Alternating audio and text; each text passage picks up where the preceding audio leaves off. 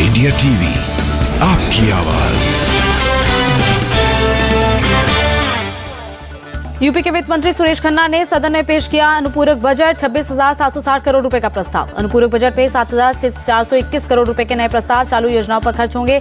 21,339 करोड़ रुपए। अनुपूरक बजट पर बोले डिप्टी सीएम केशव प्रसाद मौर्य, उत्तर प्रदेश को उत्तम प्रदेश बनाने के लिए प्रतिबद्ध है बीजेपी सरकार। अनुपूरक बजट पर शिवपाल यादव ने उठाया सवाल, कहा आंकड़ों में खेल कर रही है सरकार, किसी विभाग का 50% बजट तक खर्च नहीं। टनल से बचाए सभी मजदूरों को चिनोक हेलीकॉप्टर से एयरलिफ्ट किया गया। ऋषिकेश एम्स में हुए भर्ती। उत्तराखंड के चिनिया लिसौर सीएचसी में मजदूरों से मिले सीएम धामी, सभी मजदूरों को सौंपे 1-1 लाख के रिलीफ चेक।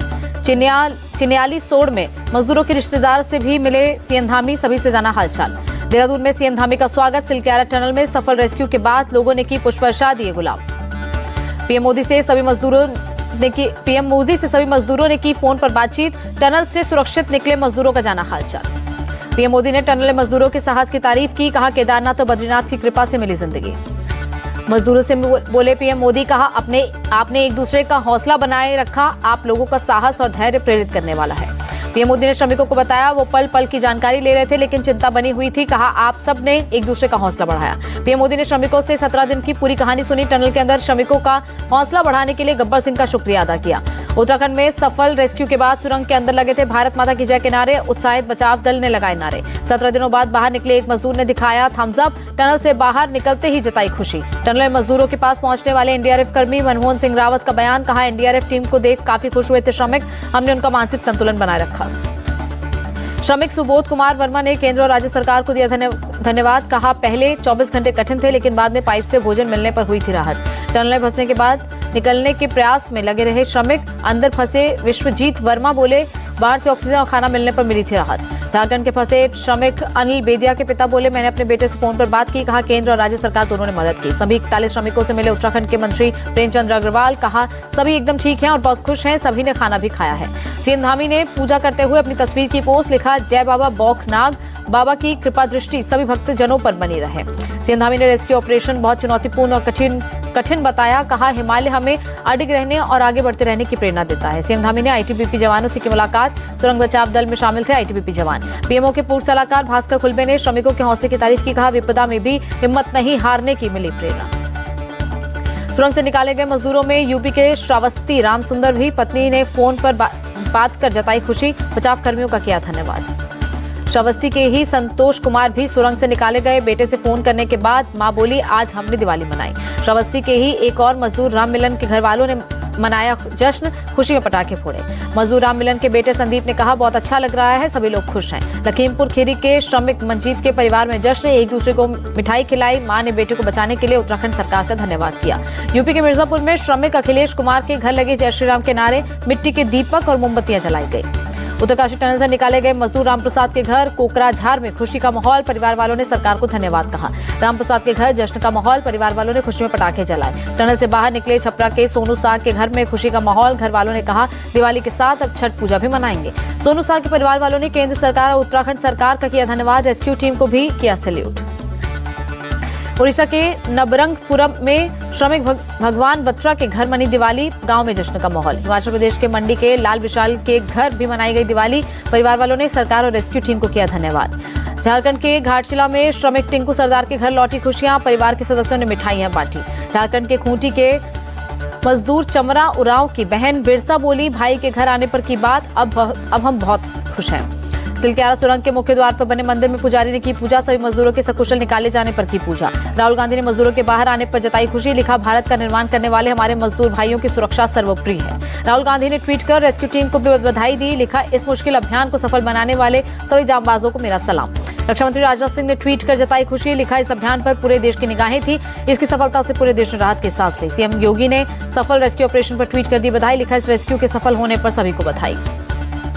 मजदूरों से सफल रेस्क्यू पर बोले कांग्रेस नेता भूपेंद्र सिंह हुड्डा, कहा पूरा देश कर रहा था सलामती की दुआ, ईश्वर की बनी रही कृपा।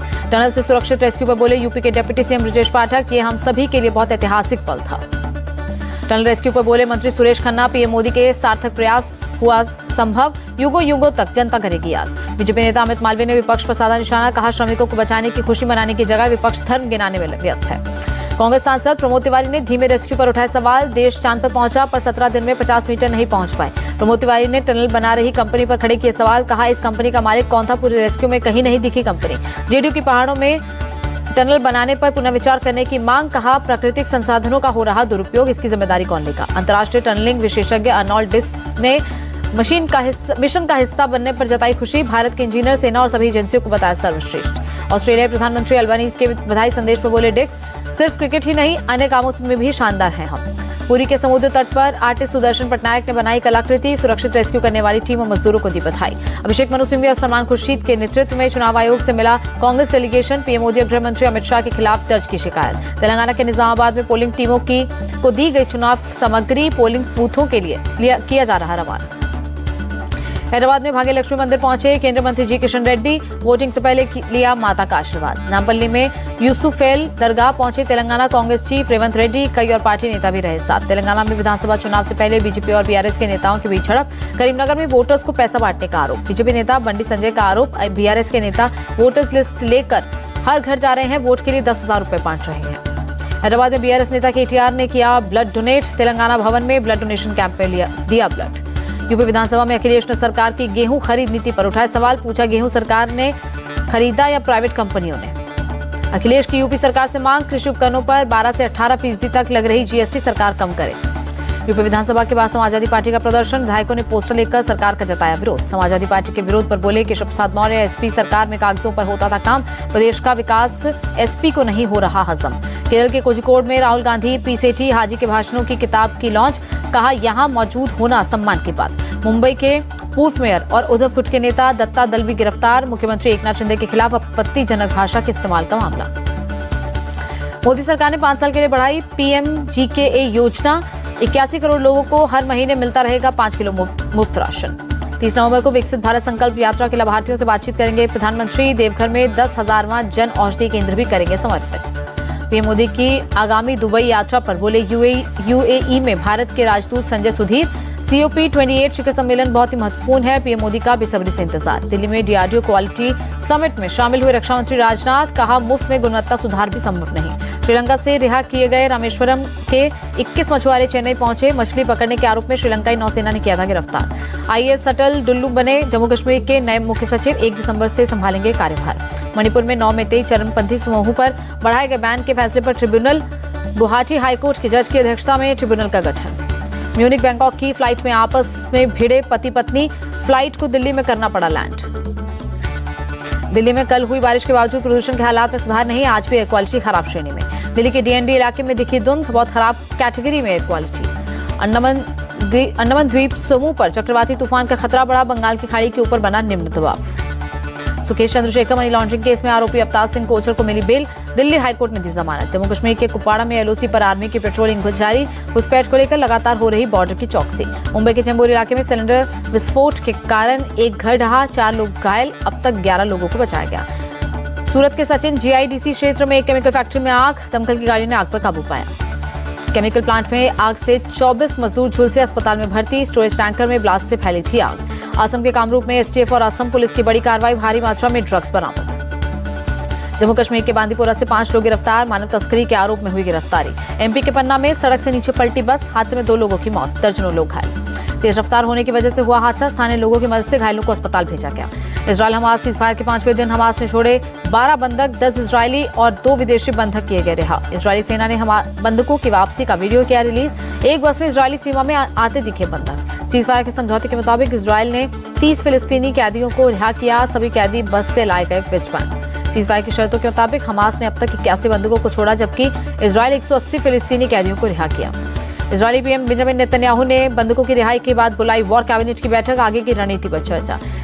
बेंजामिन नेतन्याहू ने जंग खत्म होने से किया इनकार। कहा, इजरायल हमास के खिलाफ पूरा करेगा अपने सारे टारगेट।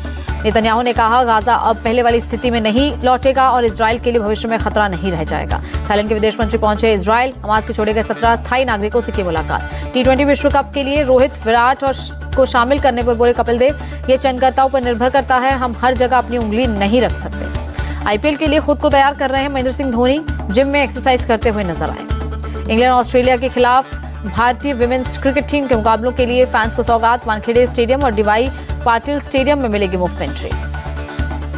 नामीबिया ने 2024 टी20 विश्व कप के लिए किया क्वालिफाई। तंजानिया को 58 रन से हराया। पाकिस्तानी बल्लेबाज आजम खान पर लगा 50% जुर्माना माफ। पीसीबी ने बल्ले पर फिलिस्तीन का झंडा लगाने पर की थी कार्रवाई। अभिनेता सलमान खान को फेसबुक पोस्ट के जरिए मिली धमकी। मुंबई पुलिस ने की सुरक्षा की समीक्षा।